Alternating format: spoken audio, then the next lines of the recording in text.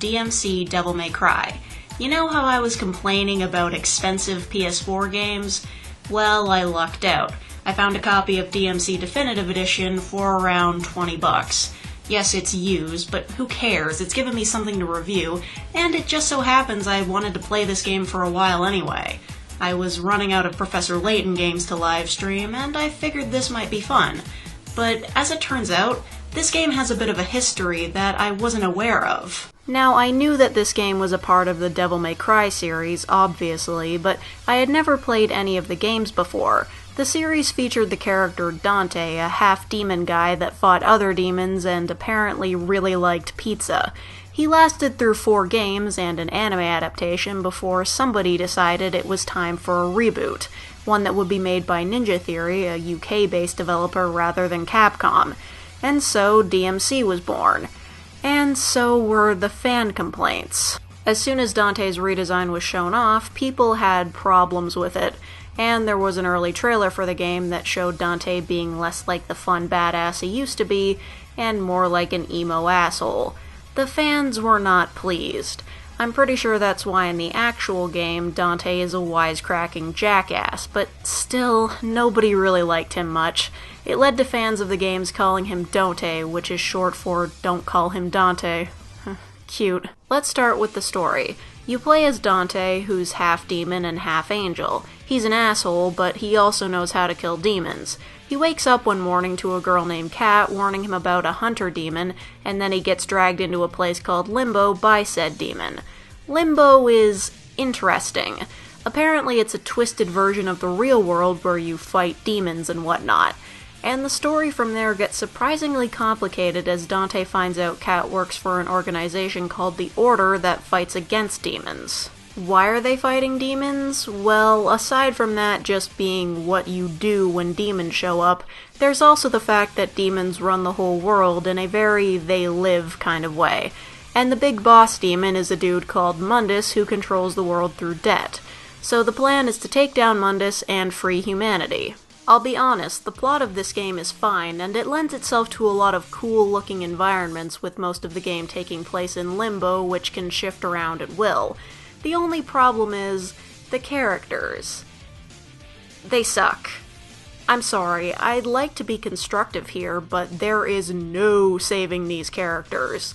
And the dialogue is just so bad.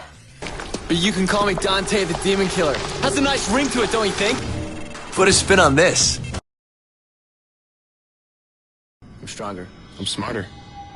I'm better looking. Linus is behind the vault door. Let's not keep him waiting. But they're not comparing dick size or anything? Fine. And I got a bigger dick. Are you serious? Fuck off. It's pretty clear they tried desperately to make these characters interesting, and they failed. Hard. Kat is a psychic/witch who can see into Limbo, and she's got these magic spells that she carries around in a spray can, 'cause why not? And of course she has a traumatic backstory, but oddly enough it still doesn't make her character interesting. She's as boring as cardboard. Then there's Virgil, the leader of the Order, and they actually tried to make it a surprise that he's Dante's brother. By the way, he's a dick. Need proof? Here's proof.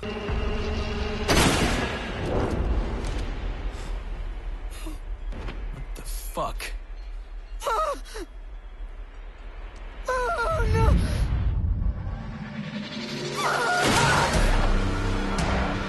Yeah, he's a dick. And it's his fault I'm not keeping spoilers out of this review, because he's got his own DLC that takes place just after the game ends. Also, in the original game, he had a fedora, which is removed in this version. I wonder why they did that. And then there's Dante. Sweet Jesus, I can't stand this fucking guy. Every time he seems likable, he opens his mouth again and I'm reminded why I hate him. He's not funny or cool, he's just an asshole. And whoever wrote his dialogue should have been fired. Instead of giving him a real personality, they just have him swear all the time. And look, you guys know, I don't really care about people swearing. Hell, I get annoyed when people ask me why I swear so much in my reviews. But he says fuck in almost every other sentence. It's unnecessary, and it just seems like it was done in an attempt to make Dante seem more hardcore or edgy. Also, introducing me to the character by showing him drinking and banging a couple of strippers does not make me want to play as him. So the characters are a waste, but what about the gameplay? The game is action-oriented, and it's pretty much a hack and slash. You start off with a sword and 2 guns. You pretty much just tap the buttons to jump around, hit enemies, and try to pull off combos. And it works well. I had a lot of fun slicing up enemies, and you run into plenty of different demons that require certain elimination methods. Of course, you don't want to tap the same button over and over anyway, because the game gives you points depending on how stylishly you fight, which basically means you have to vary your attacks. You get new weapons and upgrades throughout the game that make the fights a lot more interesting, and the weapons you pick up are badass, man. You get a demonic axe and angelic scythe early on, and they're pretty awesome. It's so much fun chaining together different attacks. You just feel so cool throwing all your abilities at enemies. There's also a special mode called Devil Trigger that you can activate when this bar fills up. It's okay. I mean, I'm pretty sure I only ever used it twice because I kept forgetting about it. My only real issue with it is that it throws all the enemies up into the air, and that tends to make them harder to hit. I also heard one of the big complaints from fans of the series is the difficulty, that being it's not as hard as the previous games. Having no experience with the previous games, I can't really comment on that. Although I will say I found the game decently difficult when I played through it on the easiest setting. It's probably just because I suck though. Hey, nobody said you had to be good at games to review them.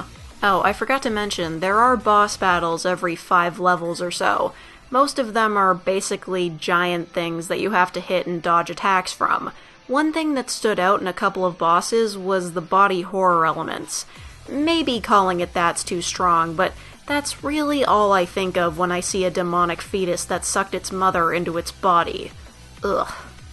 Although there was one with this Bill O'Reilly parody inside of a TV, God, that was a weird sentence, and I think it was the best boss fight in the game. It was fun and was presented in a very clever way. Another thing I'll give the game credit for is its level design.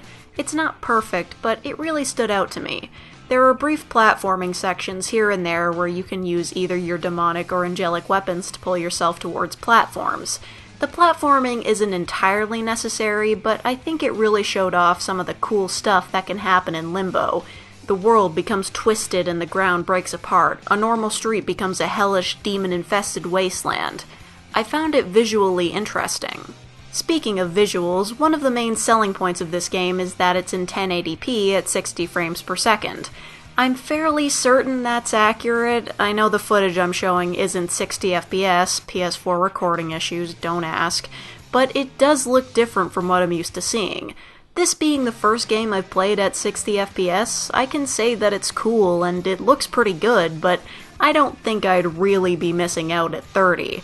I'm sure PC players will slaughter me for saying this, but while 60 FPS is nice, it's not absolutely necessary. But before I finish up talking about this game, I should go over all the extra content. This game includes all of the original game's DLC, including skins, if you really wanted to play as classic Dante, and Virgil's downfall.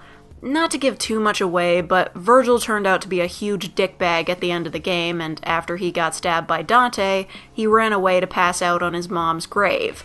The cutscenes in the DLC are mostly animated, and it kinda looks like garbage, but the basic story is Virgil fell down into hell and some poorly explained stuff happened to him.